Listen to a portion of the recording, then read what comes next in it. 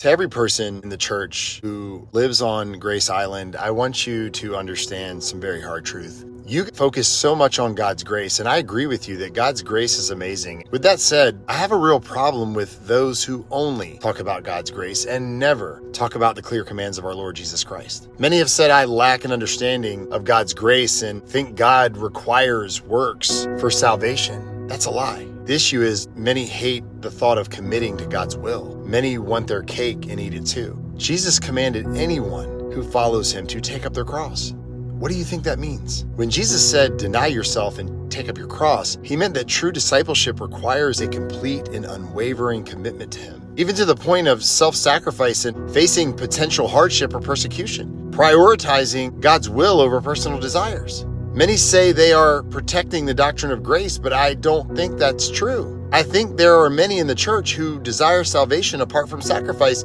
and I'm sorry to bust your bubble, but there is no such thing. The truth is, you might just hate the commands of Jesus. The Lord commanded his followers to go and be active, to go and share, to go and make disciples who obey. In order to be active, in order to share, in order to make disciples, you have to proclaim, you have to evangelize, you have to put in the work to make disciples. The question I have for those of you who live on Grace Island and never teach the full counsel of God is, how is denying what I just said helping any of God's sheep live out their faith and change the world?